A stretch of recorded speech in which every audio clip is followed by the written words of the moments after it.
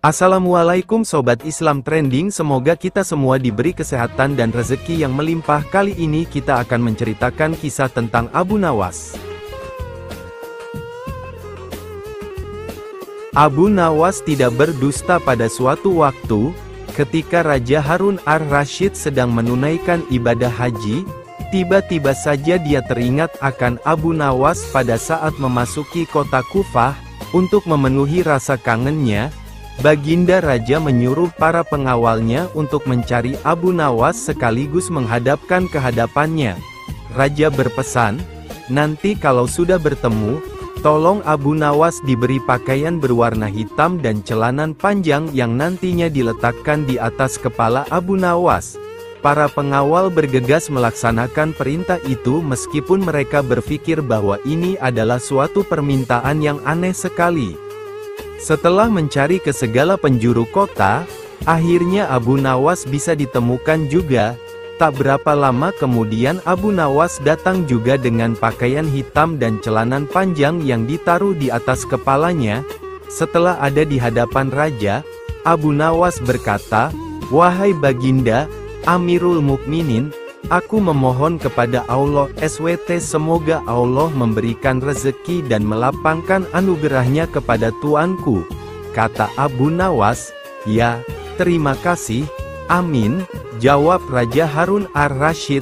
Setelah kejadian itu, Raja Harun ar-Rasyid pergi meninggalkan kota Kufah dan melanjutkan perjalanan. Banyak penduduk Kufah yang terheran-heran dengan tingkah laku Abu Nawas itu. Dia malah mendoakan sang raja sambil menaruh celanan panjang di atas kepalanya. "Wahai Abu Nawas, begitukah caranya engkau mendoakan Amirul Mukminin?" tanya beberapa warga yang melihat kejadian itu. "Diamlah wahai semua, celakalah semua, tidak ada yang lebih disukai oleh Amirul Mukminin kecuali harta dan uang," jawab Abu Nawas dengan santainya. Abu Nawas segera berlalu dari tempat itu. Karena ada yang iri atau entah mencari muka di hadapan raja, maka ada salah seorang yang melaporkan kejadian itu tentang ucapan Abu Nawas yang mengatakan bahwa rajanya menyukai harta dan uang.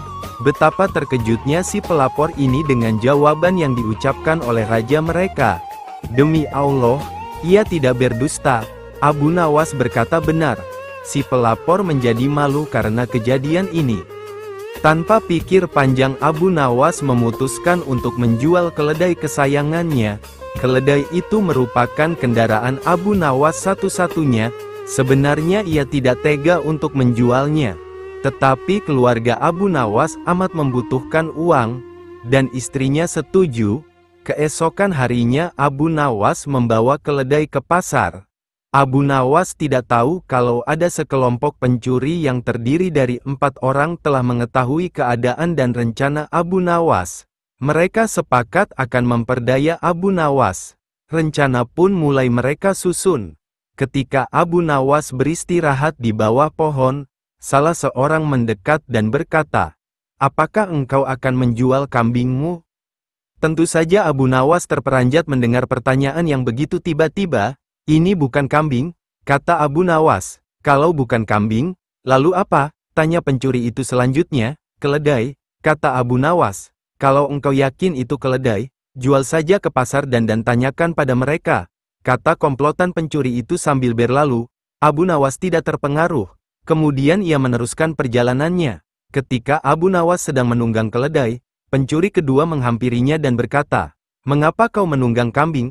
Ini bukan kambing tapi keledai." "Kalau itu keledai aku tidak bertanya seperti itu. Dasar orang aneh. Kambing kok dikatakan keledai?"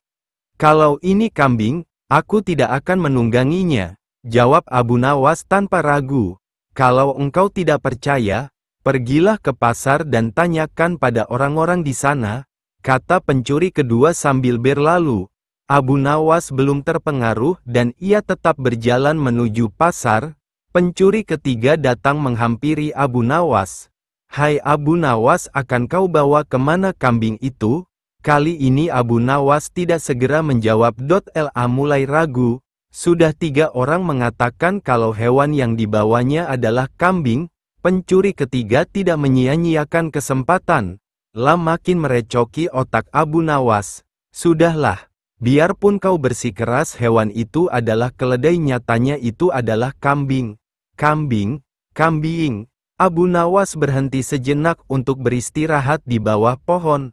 Pencuri keempat melaksanakan strategi busuknya, lah duduk di samping Abu Nawas dan mengajak tokoh cerdik ini untuk berbincang-bincang. Aha, bagus sekali kambingmu ini. Pencuri keempat membuka percakapan. Kau juga yakin ini kambing? Tanya Abu Nawas. Loh, ya jelas sekali kalau hewan ini adalah kambing. Kalau boleh aku ingin membelinya. Berapa kau mau membayarnya? 3 dirham. Abu Nawas setuju. Setelah menerima uang dari pencuri keempat, kemudian Abu Nawas langsung pulang. Setiba di rumah, Abu Nawas dimarahi istrinya. Jadi keledai itu hanya engkau jual 3 dirham lantaran mereka mengatakan bahwa keledai itu kambing? Abu Nawas tidak bisa menjawab. Lah hanya mendengarkan ocehan istrinya dengan setia sambil menahan rasa dongkol. Kini ia baru menyadari kalau sudah diperdayai oleh komplotan pencuri yang menggoyahkan akal sehatnya. Abu Nawas merencanakan sesuatu, lah pergi ke hutan mencari sebatang kayu untuk dijadikan sebuah tongkat yang nantinya bisa menghasilkan uang. Rencana Abu Nawas ternyata berjalan lancar. Hampir semua orang membicarakan keajaiban tongkat Abu Nawas. Berita ini juga terdengar oleh para pencuri yang telah menipu Abu Nawas. Mereka langsung tertarik. Bahkan mereka melihat sendiri ketika Abu Nawas membeli barang atau makan tanpa membayar tetapi hanya dengan mengacungkan tongkatnya. Mereka berpikir kalau tongkat itu bisa dibeli maka tentu mereka akan kaya karena hanya dengan mengacungkan tongkat itu mereka akan mendapatkan apa yang mereka inginkan. Akhirnya mereka mendekati Abu Nawas dan berkata, "Apakah tongkatmu akan dijual?" "Tidak," jawab Abu Nawas dengan cuek. "Tetapi kami bersedia membeli dengan harga yang amat tinggi," kata mereka. "Berapa?" kata Abu Nawas pura-pura merasa tertarik. 100 dinar uang emas, kata mereka tanpa ragu-ragu. Tetapi tongkat ini adalah tongkat wasiat satu-satunya yang aku miliki, kata Abu Nawas sambil tetap berpura-pura tidak ingin menjual tongkatnya. Dengan uang 100 dinar engkau sudah bisa hidup enak, kata mereka makin penasaran. Abu Nawas diam beberapa saat sepertinya merasa keberatan sekali. Baiklah kalau begitu, kata Abu Nawas kemudian sambil menyerahkan tongkatnya. Setelah menerima 100 dinar uang emas, Abu Nawas segera melesat pulang. Para pencuri itu segera mencari warung terdekat untuk membuktikan keajaiban tongkat yang baru mereka beli. Seusai makan mereka mengacungkan tongkat itu kepada pemilik kedai. Tentu saja pemilik kedai marah. "Apa maksudmu mengacungkan tongkat itu padaku? Bukankah Abu Nawas juga mengacungkan tongkat ini dan engkau membebaskannya?" tanya para pencuri itu. "Benar, tetapi engkau harus tahu bahwa Abu Nawas menitipkan sejumlah uang kepadaku sebelum makan di sini." "Gila, ternyata kita tidak mendapat keuntungan sama sekali menipu Abu Nawas. Kita malah rugi besar," umpat para pencuri dengan rasa dongkol. Bunuh diri dengan minum madu di balik kecerdasan otaknya. Ternyata Abu Nawas memiliki beberapa keterampilan yang mumpuni. Salah satunya adalah sebagai seorang penjahit, dan bahkan sebelum menjadi orang kepercayaan Raja Harun al-Rasyid, ternyata Abu Nawas pernah bekerja sebagai penjahit pada majikan yang bernama Tuan Amir. Lah bekerja dengan rajin sehingga dengan mudah mendapatkan kepercayaan dari majikannya. Bagi majikan, Abu Nawas merupakan salah satu karyawannya yang teladan. Meski demikian, Tuan Amir mengerti kebiasaan buruk Abu Nawas yang kerap kali meminum atau memakan makanan kepunyaan tuannya. Pada suatu hari, Tuan Amir datang dengan membawa 1 kendi madu. Melihat majikannya datang dengan membawa sebuah kendi, Abu Nawas menghampiri majikannya. "Untuk apa kendi itu? Bolehkah aku meminta isinya?" tanya Abu Nawas. Karena khawatir madu itu akan diminum Abu Nawas, Maka kejikannya terpaksa berbohong. Wahai Abu Nawas, kendi ini berisi racun dan aku tidak mau nanti kamu mati karena meminumnya, jawab sang majikan. Tipuan Abu Nawas. Abu Nawas yang memang mengerti benar bahwa kendi yang dibawa majikannya itu khusus untuk madu, ia tidak dapat berbuat banyak. Tak lama setelah itu, sang majikan pun pergi keluar. Pada saat itu, Abu Nawas memutar otak untuk bisa meminum madu itu tanpa menyinggung perasaan majikannya. Karenanya, Abu Nawas menjual sepotong pakaian.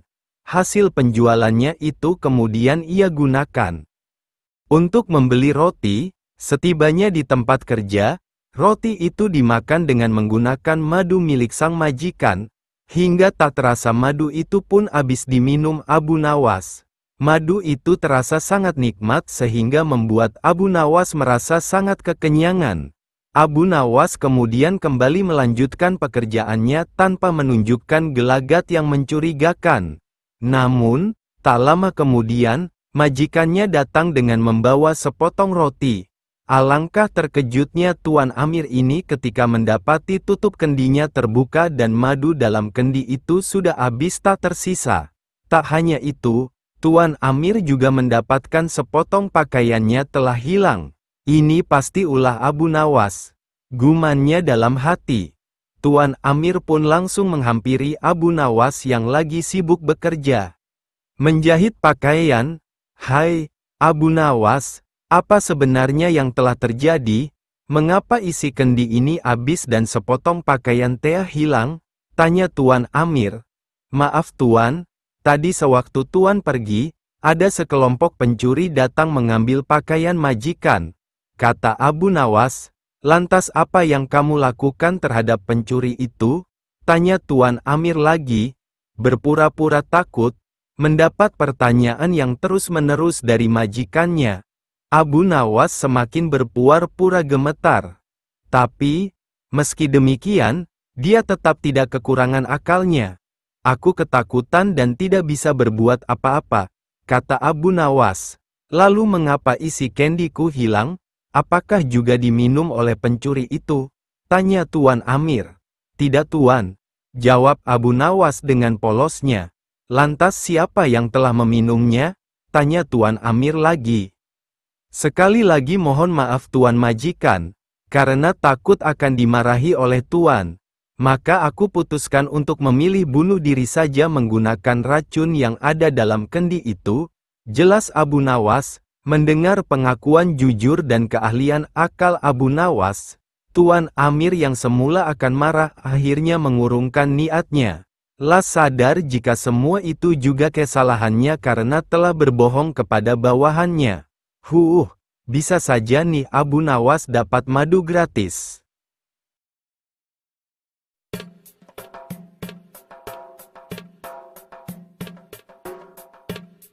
Assalamualaikum Sobat Islam Trending, semoga kita semua diberi kesehatan dan rezeki yang melimpah. Kali ini kita akan menceritakan kisah tentang Abu Nawas. Sayembara menaklukkan gajah berhadiah. Abu Nawas ini memang tak pernah kehabisan akal, sekalipun dengan mengikuti sayembara-sayembara, seperti sayembara menaklukkan gajah hanya dengan tangan kosong. Atas upayanya tersebut, Abu Nawas mendapatkan hadiah berupa uang yang berlimpah. Bagaimana kisahnya? Berikut kisahnya. Pada suatu hari Abu Nawas sedang berjalan-jalan, bersantai menikmati keindahan alam. Di tengah perjalanan, ia kaget karena melihat banyak orang bergerombol. Ia pun menghampiri kerumunan orang itu dan bertanya kepada salah seorang warga. Rasa penasaran, ada apa gerangan kiranya dengan kerumunan itu? Ada kerumunan apa di sana itu? Tanya Abu Nawas kepada salah seorang warga. Ada pertunjukan keliling yang melibatkan seekor gajah yang ajaib, jawab orang itu. Apa maksudmu dengan gajah ajaib itu? Tanya Abu Nawas penasaran. Gajah itu hanya tunduk kepada tuannya saja, dan lebih menakjubkan lagi, gajah itu mengerti bahasa manusia, jelas orang itu. Penjelasan itu telah membuat Abu Nawas semakin tertarik dan penasaran. Tak tahan untuk menyaksikan keajaiban hewan raksasa itu. Sayembara berhadiah uang selang beberapa menit. Abu Nawas sudah berada di tengah kerumunan warga. Para penonton antusias sekali, sehingga membuat sang pemilik gajah dengan rasa bangga menawarkan hadiah yang cukup besar bagi siapa saja yang mampu membuat gajahnya mengangguk-angguk. Para penonton yang kepingin ikut pun maju satu persatu untuk mencoba. Peruntungannya, mereka berusaha dengan berbagai cara untuk membuat gajah itu mengangguk-angguk, namun belum ada seorang pun yang menang. Melihat kegigihan gajah itu, Abu Nawas semakin penasaran. Dia akhirnya mendaftar untuk mengikuti sayembara tersebut. Kini giliran Abu Nawas yang maju menghadapi gajah ajaib itu. Tepat di depan gajah itu, Abu Nawas bertanya, "Tahukah kamu, siapakah aku ini?" Si gajah itu langsung menggeleng-gelengkan kepalanya. "Apakah kamu tidak takut kepadaku?" tanya Abu Nawas lagi. Namun gajah itu tetap menggeleng-gelengkan kepalanya. "Apakah kamu takut kepada tuanmu?" tanya Abu Nawas lagi memancing. Gajah itu mulai ragu. Dia hanya diam saja. "Bila kamu tetap saja diam, baik, akan aku laporkan kepada tuanmu," ancam Abu Nawas. Gajah tetap menggeleng-gelengkan kepalanya. "Oke, aku beri pertanyaannya sekali lagi. Apakah kamu takut kepada tuanmu?" tanya Abu Nawas sekali lagi. Akhirnya gajah ajaib itu mengangguk-anggukkan kepalanya berulang kali. Tak pelak seluruh penonton bersorak-sorai melihat kejadian ini. Atas keberhasilan Abu Nawas yang membuat gajah itu mengangguk-angguk, maka dia mendapatkan hadiah berupa uang segebok. Tapi karena melihat si pemilik gajah muram dan marah, Abu Nawas hanya minta sebagian hadiahnya saja. Sedangkan yang sebagian lagi dikembalikan kepada sang tuan gajah. Setelah itu, bubarlah pertunjukan sayembara itu yang dimenangkan oleh Abu Nawas. Abu Nawas pun pulang ke rumahnya. Dalam perjalanan, dia berpikir untuk apa uang yang telah dihasilkan tersebut. "Enaknya untuk apa ya uang sebanyak ini?" guman Abu Nawas dalam hati. Terbersit dalam benak Abu Nawas untuk menyumbangkan uang itu ke rumah-rumah Allah di desanya. Abu Nawas tidak berdusta. Pada suatu waktu, ketika Raja Harun ar-Rasyid sedang menunaikan ibadah haji, tiba-tiba saja dia teringat akan Abu Nawas pada saat memasuki kota Kufah. Untuk memenuhi rasa kangennya, Baginda Raja menyuruh para pengawalnya untuk mencari Abu Nawas sekaligus menghadapkan ke hadapannya. Raja berpesan, "Nanti kalau sudah bertemu, tolong Abu Nawas diberi pakaian berwarna hitam dan celanan panjang yang nantinya diletakkan di atas kepala Abu Nawas." Para pengawal bergegas melaksanakan perintah itu meskipun mereka berpikir bahwa ini adalah suatu permintaan yang aneh sekali. Setelah mencari ke segala penjuru kota, akhirnya Abu Nawas bisa ditemukan juga. Tak berapa lama kemudian Abu Nawas datang juga dengan pakaian hitam dan celanan panjang yang ditaruh di atas kepalanya. Setelah ada di hadapan raja, Abu Nawas berkata, "Wahai Baginda, Amirul Mukminin, aku memohon kepada Allah SWT semoga Allah memberikan rezeki dan melapangkan anugerahnya kepada tuanku." Kata Abu Nawas, "Ya, terima kasih, amin," jawab Raja Harun ar-Rasyid. Setelah kejadian itu, Raja Harun ar-Rasyid pergi meninggalkan kota Kufah dan melanjutkan perjalanan. Banyak penduduk Kufah yang terheran-heran dengan tingkah laku Abu Nawas itu. Dia malah mendoakan sang raja sambil menaruh celanan panjang di atas kepalanya. "Wahai Abu Nawas, begitukah caranya engkau mendoakan Amirul Mukminin?" tanya beberapa warga yang melihat. Kejadian itu, "Diamlah wahai semua, celakalah semua, tidak ada yang lebih disukai oleh Amirul Mukminin kecuali harta dan uang," jawab Abu Nawas dengan santainya. Abu Nawas segera berlalu dari tempat itu. Karena ada yang iri atau entah mencari muka di hadapan raja, maka ada salah seorang yang melaporkan kejadian itu tentang ucapan Abu Nawas yang mengatakan bahwa rajanya menyukai harta dan uang. Betapa terkejutnya si pelapor ini dengan jawaban yang diucapkan oleh raja mereka. "Demi Allah, ia tidak berdusta." Abu Nawas berkata benar. Si pelapor menjadi malu karena kejadian ini.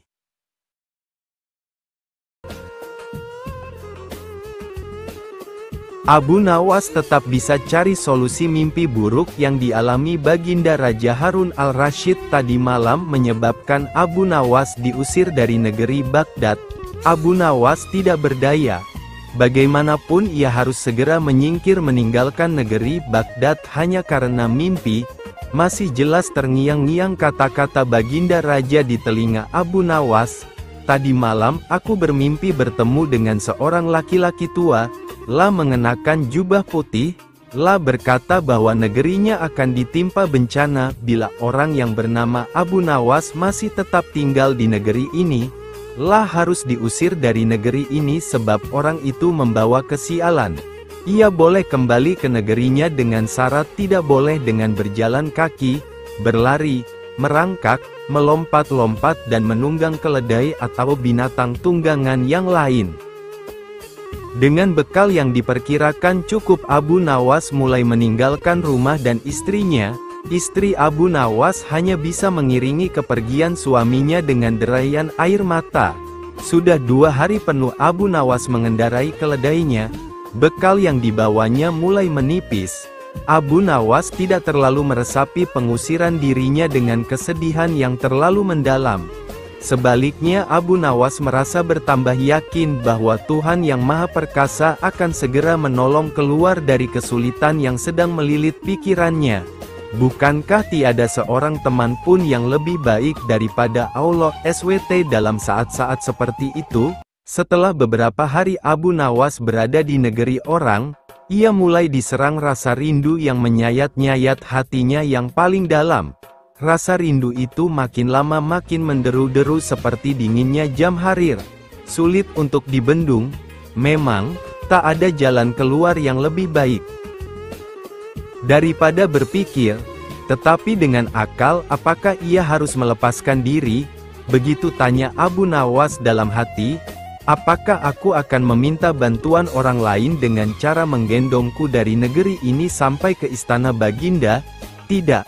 Tidak akan ada seorang pun yang sanggup melakukannya. Aku harus bisa menolong diriku sendiri tanpa melibatkan orang lain. Pada hari ke-19 Abu Nawas menemukan cara lain yang tidak termasuk larangan Baginda Raja Harun al-Rasyid. Setelah segala sesuatunya dipersiapkan, Abu Nawas berangkat menuju ke negerinya sendiri.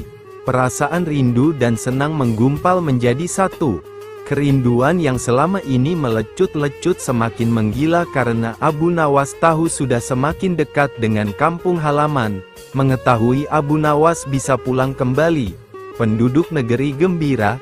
Desas-desus tentang kembalinya Abu Nawas segera menyebar secepat bau semerbak bunga yang menyerbu hidung. Kabar kepulangan Abu Nawas juga sampai ke telinga Baginda Harun al-Rasyid.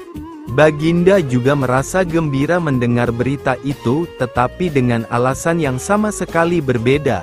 Rakyat gembira melihat Abu Nawas pulang kembali, karena mereka mencintainya.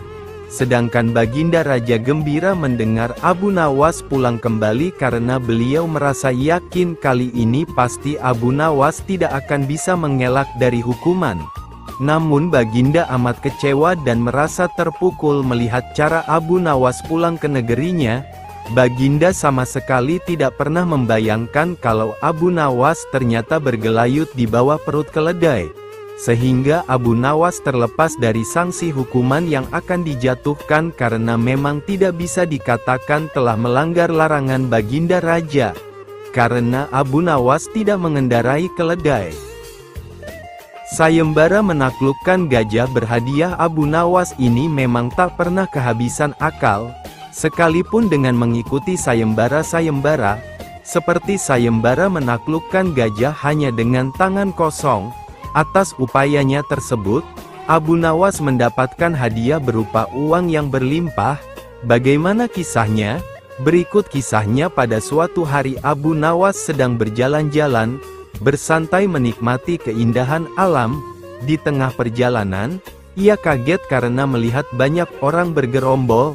La pun menghampiri kerumunan orang itu dan bertanya kepada salah seorang warga, rasa penasaran, ada apa gerangan kiranya dengan kerumunan itu? Ada kerumunan apa di sana itu? Tanya Abu Nawas kepada salah seorang warga. Ada pertunjukan keliling yang melibatkan seekor gajah yang ajaib. Jawab orang itu, apa maksudmu dengan gajah ajaib itu? Tanya Abu Nawas penasaran. Gajah itu hanya tunduk kepada tuannya saja, dan lebih menakjubkan lagi, gajah itu mengerti bahasa manusia. Jelas orang itu. Penjelasan itu telah membuat Abu Nawas semakin tertarik dan penasaran. Tak tahan untuk menyaksikan keajaiban hewan raksasa itu. Sayembara berhadiah uang. Selang beberapa menit, Abu Nawas sudah berada di tengah kerumunan warga. Para penonton antusias sekali, sehingga membuat sang pemilik gajah dengan rasa bangga menawarkan hadiah yang cukup besar bagi siapa saja yang mampu membuat gajahnya mengangguk-angguk. Para penonton yang kepingin ikut pun maju satu persatu untuk mencoba. Peruntungannya, mereka berusaha dengan berbagai cara untuk membuat gajah itu mengangguk-angguk, namun belum ada seorang pun yang menang. Melihat kegigihan gajah itu, Abu Nawas semakin penasaran. Dia akhirnya mendaftar untuk mengikuti sayembara tersebut. Kini giliran Abu Nawas yang maju menghadapi gajah ajaib itu. Tepat di depan gajah itu, Abu Nawas bertanya, "Tahukah kamu, siapakah aku ini?" Si gajah itu langsung menggeleng-gelengkan kepalanya. "Apakah kamu tidak takut kepadaku?" tanya Abu Nawas lagi. Namun gajah itu tetap menggeleng-gelengkan kepalanya. "Apakah kamu takut kepada tuanmu?" tanya Abu Nawas lagi memancing. Gajah itu mulai ragu. Dia hanya diam saja. "Bila kamu tetap saja diam, baik, akan aku laporkan kepada tuanmu," ancam Abu Nawas. Gajah tetap menggeleng-gelengkan kepalanya. "Tugas mustahil Abu Nawas," kata istrinya. Ia bersama seorang pendeta dan seorang ahli yoga sedang melakukan pengembaraan suci. Padahal saat ini Baginda amat membutuhkan bantuan Abu Nawas. Beberapa hari terakhir ini Baginda merencanakan membangun istana di awang-awang. Karena sebagian dari raja-raja negeri sahabat telah membangun bangunan yang luar biasa. Baginda tidak ingin menunggu Abu Nawas lebih lama lagi. Beliau mengutus beberapa orang kepercayaannya untuk mencari Abu Nawas. Mereka tidak berhasil menemukan Abu Nawas karena Abu Nawas ternyata sudah berada di rumah ketika mereka baru berangkat. Abu Nawas menghadap Baginda Raja Harun al-Rasyid. Baginda amat riang. Saking gembiranya beliau mengajak Abu Nawas bergurau. Setelah saling tukar-menukar cerita-cerita lucu, lalu Baginda mulai mengutarakan rencananya. "Aku sangat ingin membangun istana di awang-awang, agar aku lebih terkenal di antara raja-raja yang lain. Adakah kemungkinan keinginanku itu terwujud?" "Wahai Abu Nawas, tidak ada yang tidak mungkin dilakukan di dunia ini, Paduka yang mulia," kata Abu Nawas berusaha mengikuti arah pembicaraan Baginda. "Kalau menurut pendapatmu hal itu tidak mustahil diwujudkan, maka aku serahkan sepenuhnya tugas ini kepadamu," kata Baginda puas. Abu Nawas terperanjat. Menyesal telah mengatakan kemungkinan mewujudkan istana di awang-awang. Tetapi nasi telah menjadi bubur. Kata-kata yang telah terlanjur didengar oleh Baginda tidak mungkin ditarik kembali. Baginda memberi waktu Abu Nawas beberapa minggu. Rasanya tak ada yang lebih berat bagi Abu Nawas kecuali tugas yang diembannya sekarang. Jangankan membangun istana di langit, membangun sebuah gubuk kecil pun sudah merupakan hal yang mustahil dikerjakan. Hanya Tuhan saja yang mampu melakukannya. Begitu gumam Abu Nawas. Hari-hari berlalu seperti biasa. Tak ada yang dikerjakan Abu Nawas kecuali memikirkan bagaimana membuat Baginda merasa yakin kalau yang dibangun itu benar-benar istana di langit. Seluruh ingatannya dikerahkan dan dihubung-hubungkan. Abu Nawas bahkan berusaha menjangkau masa kanak-kanaknya, sampai ia ingat bahwa dulu ia pernah bermain layang-layang, dan inilah yang membuat Abu Nawas girang. Abu Nawas tidak menyia-nyiakan waktu lagi. Bersama beberapa kawannya merancang layang-layang raksasa berbentuk persegi 4. Setelah rampung baru Abu Nawas melukis pintu-pintu serta jendela-jendela dan ornamen-ornamen lainnya. Ketika semuanya selesai, Abu Nawas dan kawan-kawan menerbangkan layang-layang raksasa itu dari suatu tempat yang dirahasiakan. Begitu layang-layang raksasa berbentuk istana itu mengapung di angkasa, penduduk negeri gempar. Baginda Raja girang bukan kepalang. Benarkah Abu Nawas berhasil membangun istana di langit? Dengan tidak sabar beliau didampingi beberapa orang pengawal bergegas menemui Abu Nawas. Abu Nawas berkata dengan bangga, "Paduka yang mulia, istana pesanan Paduka telah rampung. Engkau benar-benar hebat wahai Abu Nawas," kata Baginda memuji Abu Nawas. "Terima kasih Baginda yang mulia," kata Abu Nawas. "Lalu bagaimana caranya aku ke sana?" tanya Baginda. "Dengan tambang, Paduka yang mulia," kata Abu Nawas.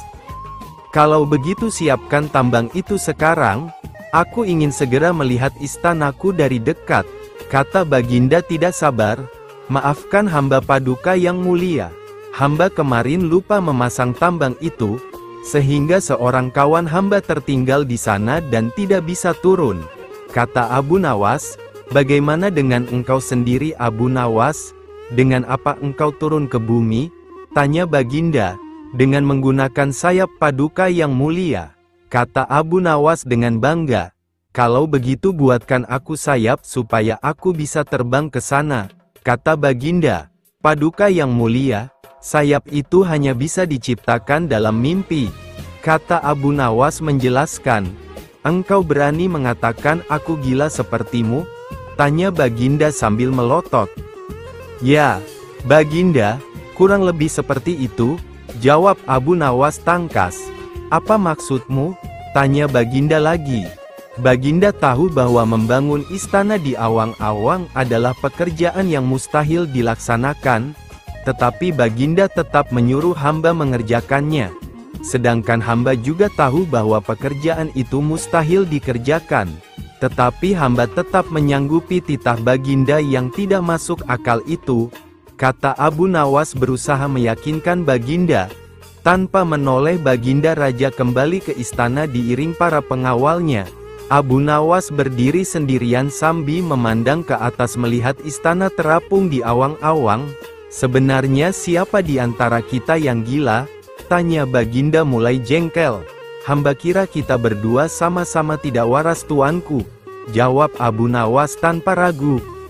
Istana raja hancur karena lalat. Abu Nawas sangat sedih melihat rumahnya hancur karena diobrak-abrik prajurit kerajaan. Tapi, dengan akal liciknya, Abu Nawas berhasil membalas menghancurkan kerajaan dengan sebuah tongkat yang terbuat dari besi.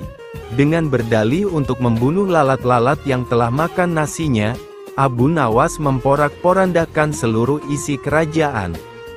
Pada suatu hari Abu Nawas terlihat murung. Hanya tertunduk lesu mendengarkan penuturan istrinya yang mengatakan kalau beberapa pekerja kerajaan atas titah Raja Harun membongkar rumahnya.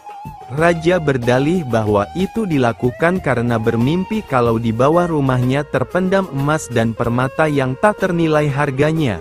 Namun, setelah mereka terus-menerus menggali, ternyata emas dan permata tidak jua ditemukan. Parahnya, sang raja juga tidak mau meminta maaf dan mengganti rugi sedikit pun kepada Abu Nawas.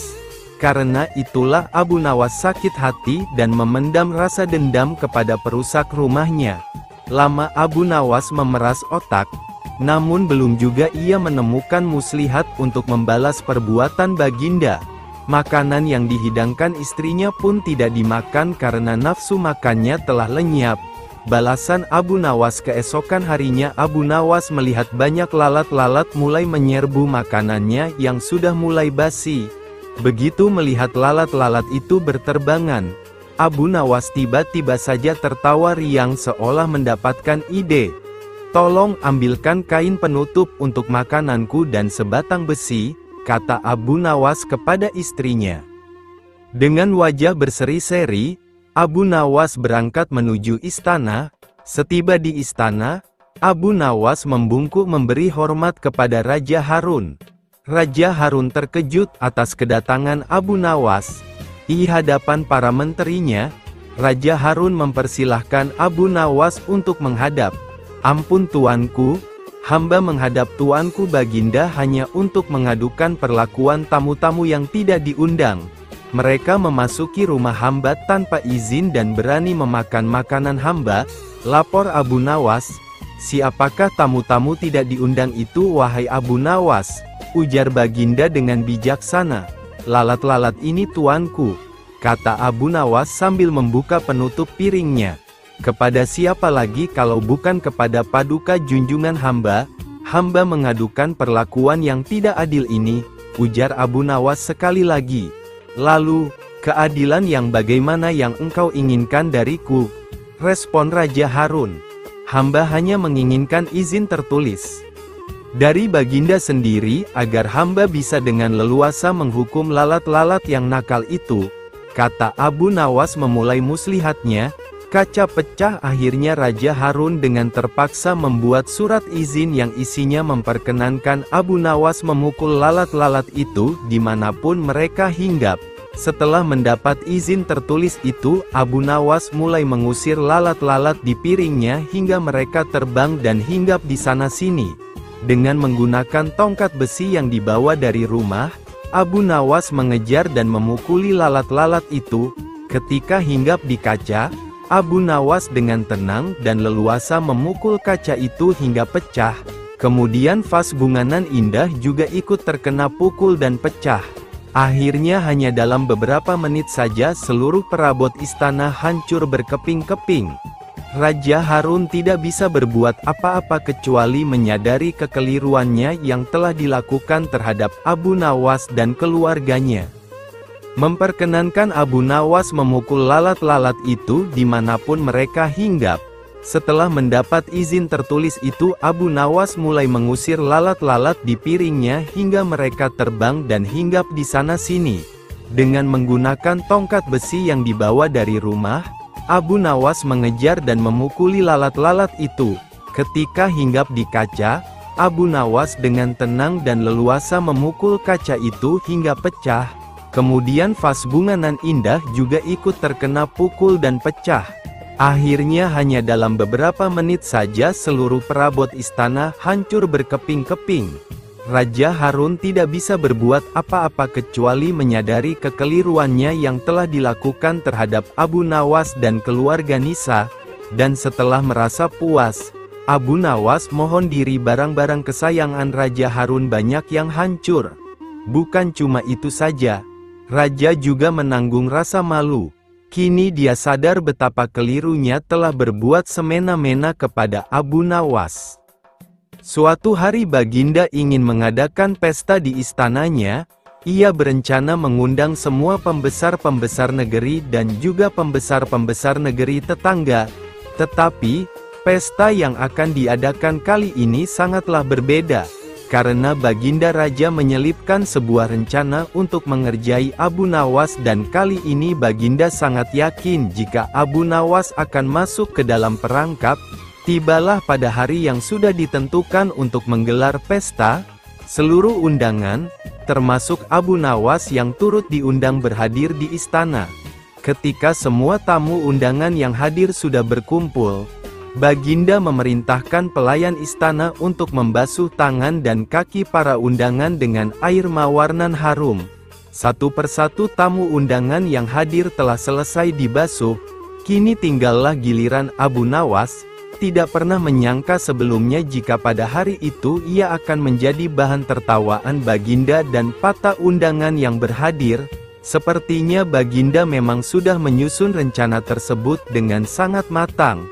Baginda sengaja memerintahkan kepada para pelayan istana agar Abu Nawas mendapat urutan terakhir. Diam-diam Baginda terus memperhatikan Abu Nawas.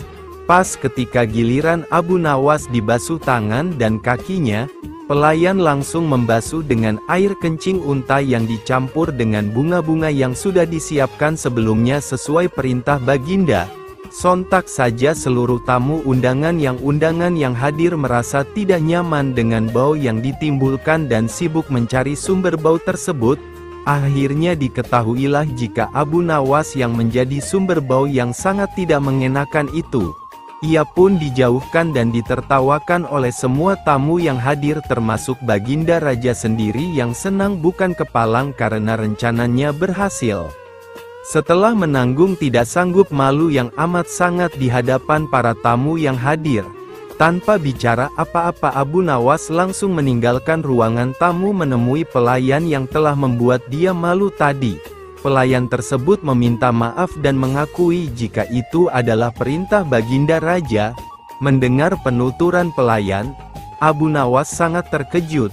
Tidak pernah terpikirkan sebelumnya jika Baginda akan menggunakan. Abu Nawas pun bergegas meninggalkan istana dalam keadaan sangat kesal. Dalam hati ia bergumam, "Baiklah, hari ini Paduka telah memberiku kuah tak sedap. Esok hari aku akan membalasnya dengan isinya." Setelah kejadian dipermalukan di istana dengan kencing unta, Abu Nawas menaruh rasa kesal yang bukan main terhadap Baginda Raja, sehingga sejak saat itu ia tidak pernah menginjakkan lagi kakinya di istana. Karena sudah 2 bulan Abu Nawas tidak terlihat di istana, Baginda Raja pun merasa rindu akan tingkah pola dan cerita-cerita lucu dari Abu Nawas. Baginda pun mengutus pengawal untuk menghadirkan Abu Nawas ke istana. Akan tetapi Abu Nawas tidak bersedia memenuhi panggilan Baginda dengan alasan sakit parah dengan harapan Baginda Raja akan menjenguknya. Khawatir dengan kondisi Abu Nawas, Baginda pun menyempatkan diri untuk menengok Abu Nawas dengan diiringi para pengawal dan beberapa pejabat kerajaan. Pucuk dicinta ulam tiba. Begitu mendengar Baginda Raja menuju ke rumahnya, Abu Nawas langsung memasang aksi cerdasnya.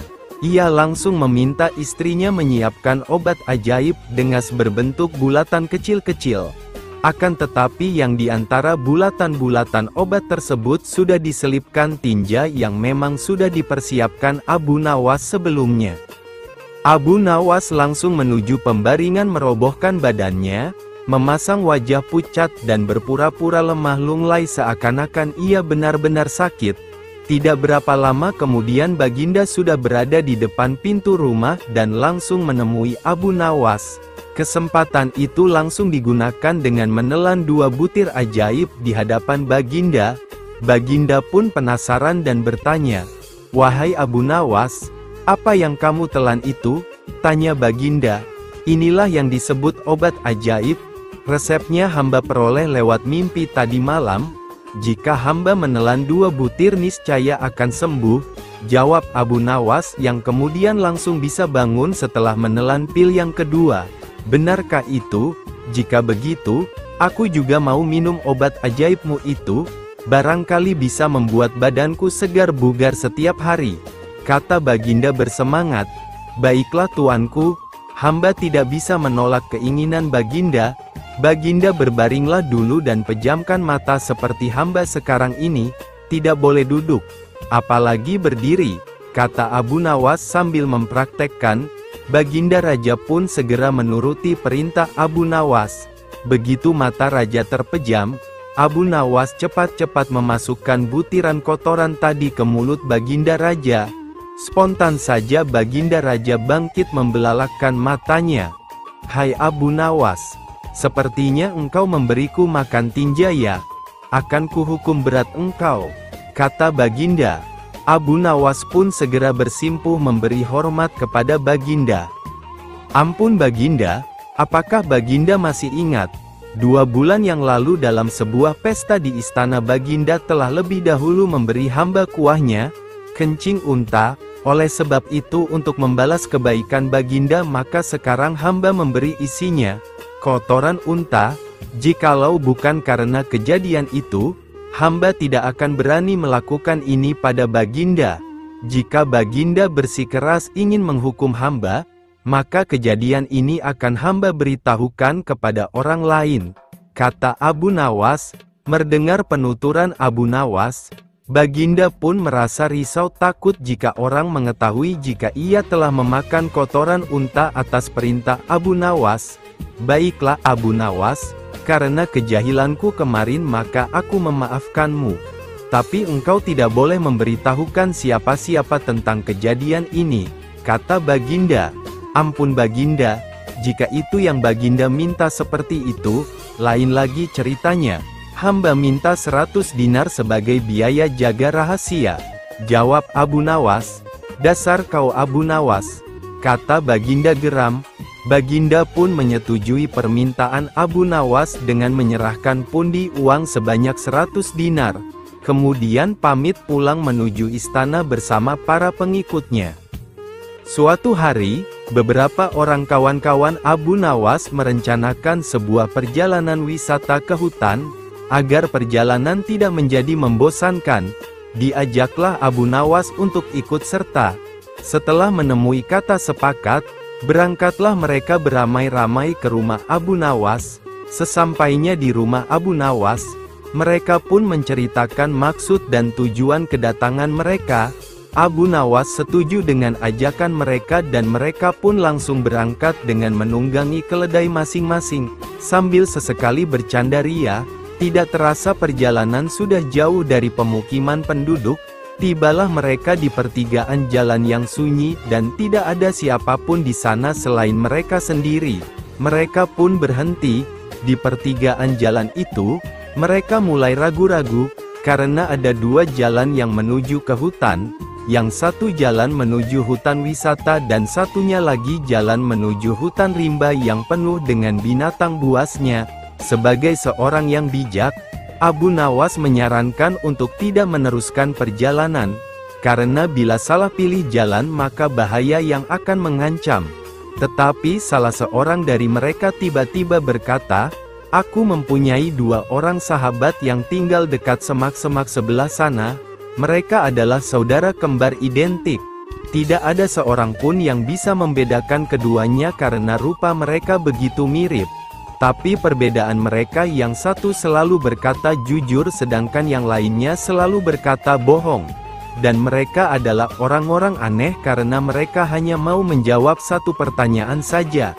Apakah engkau bisa mengenali salah satu dari mereka yang selalu berkata benar?" tanya Abu Nawas. "Tidak," jawab kawan Abu Nawas singkat. "Baiklah kalau begitu kita beristirahat sejenak," usul Abu Nawas. Mereka pun beristirahat sambil menyantap bekal yang sudah disediakan. Seusai makan mereka berangkat menuju ke rumah yang dihuni dua orang kembar bersaudara itu. Setelah pintu dibuka, maka keluarlah salah seorang dari dua orang kembar bersaudara itu. "Maaf, aku sangat sibuk hari ini. Engkau hanya boleh mengajukan satu pertanyaan saja. Tidak boleh lebih," katanya. Kemudian Abu Nawas menghampiri orang itu dan berbisik. Orang itu pun juga menjawab dengan cara berbisik pula kepada Abu Nawas.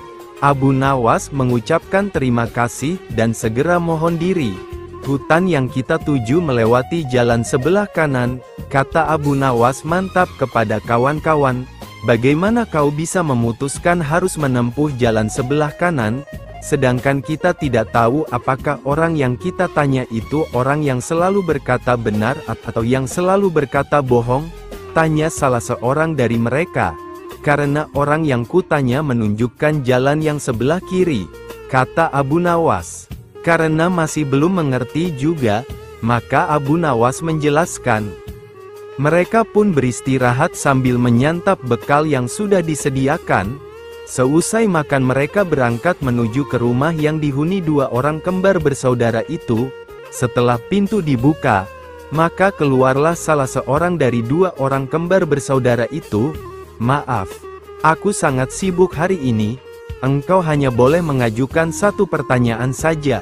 Tidak boleh lebih," katanya. Kemudian Abu Nawas menghampiri orang itu dan berbisik.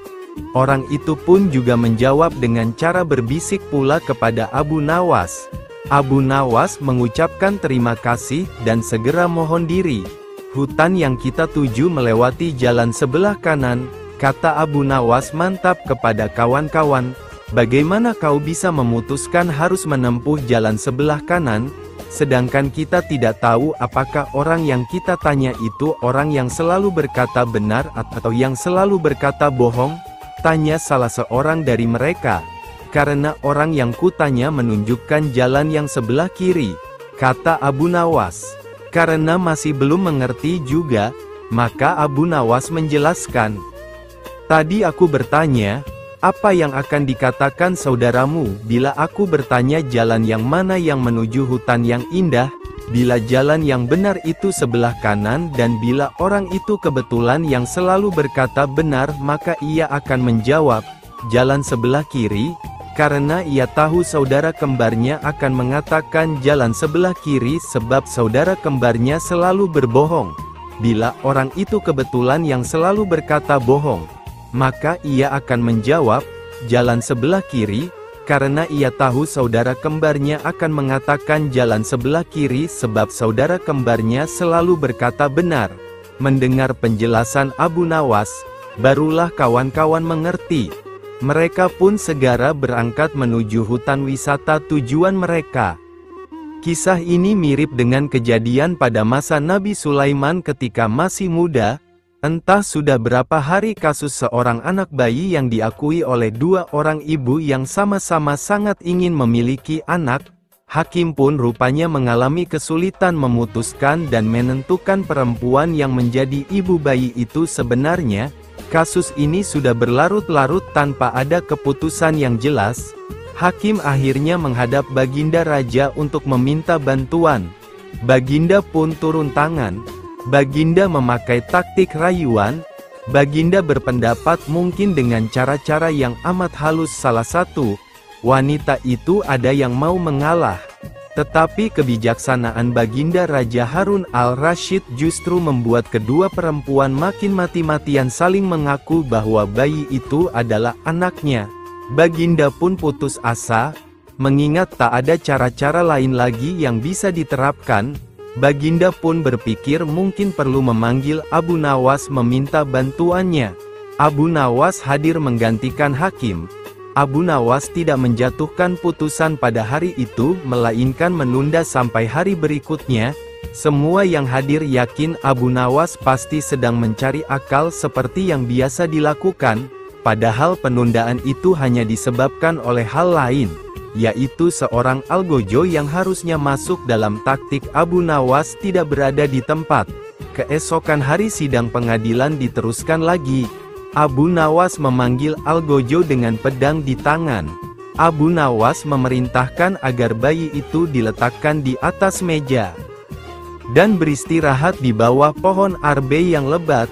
Bekal makanan yang sudah disiapkan oleh istrinya segera dibuka dan disantapnya. Kali ini makanan yang dia bawa tidak pedas-pedas amat, sangat enak gumannya dalam hati. Dengan ditemani semilir angin yang sepoi-sepoi, Abu Nawas puas menikmati makanan dari istrinya tersebut. Setelah kenyang, dirinya menyandarkan diri pada batang pohon arbe sambil melihat ke atas. Dilihatnya buah arbe yang ranum. Sesaat itu pula dirinya memandangi buah labu yang ada di petak seberang. Betapa besar buahnya serta ranum. Bukan Abu Nawas kalau dirinya hanya memandang saja.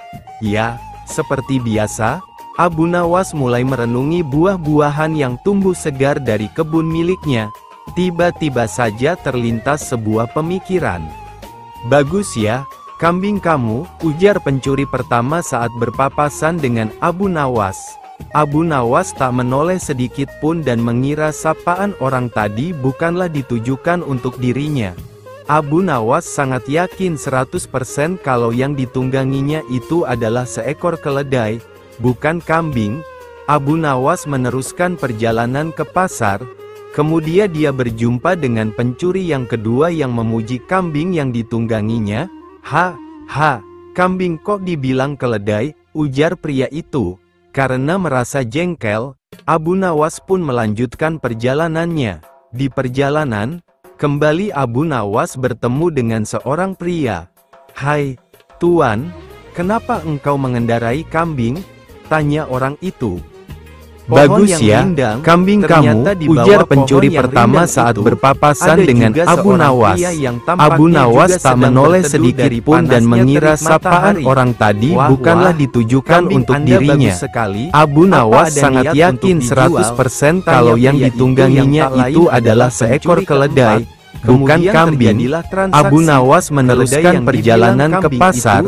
Kemudian dia berjumpa dengan pencuri yang kedua yang memuji kambing yang ditungganginya. Kambing kok dibilang keledai, ujar pria itu. Karena merasa jengkel, Abu Nawas pun melanjutkan perjalanannya. Di perjalanan, kembali Abu Nawas bertemu dengan seorang pria.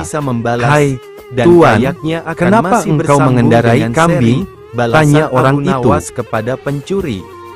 Kecerdasan Abu Nawas benar-benar menghibur Raja Harun ar-Rasyid. Suatu saat sang raja terlihat murka melihat pekerjaan pengawal kerajaan yang selalu tidak beres. Setelah diselidiki, ternyata para pengawal itu suka mabuk-mabukan. "Wahai pengawalku semua, sudah sering aku peringatkan agar engkau jangan mabuk-mabukan," ujar Raja Harun. Para pengawal kerajaan terlihat begitu gemetar. Mereka tak berani menatap mata rajanya. Kepala mereka tertunduk sebagai pengakuan rasa bersalah. "Ceritakan kepadaku, dari mana kalian mendapatkan arak-arak itu?" tanya raja. Raja Harun murka. Untuk beberapa saat, para pengawal tak mau mengaku juga. Namun, ketika Raja Harun membentak, akhirnya mereka mengaku juga. "Abu Nawaslah yang membawa arak-arak itu ke istana, kami juga diajari mabuk-mabukan olehnya," ujar salah seorang pengawal. "Jika demikian, cepat bawa Abu Nawas ke hadapanku. Kalau tidak, kalian semua harus menerima hukuman dariku," ujar Raja Harun. Keesokan harinya berangkatlah beberapa pengawal kerajaan ke rumah Abu Nawas. Sesampainya di rumah sederhana Abu Nawas, mereka kemudian memberitahukan maksudnya.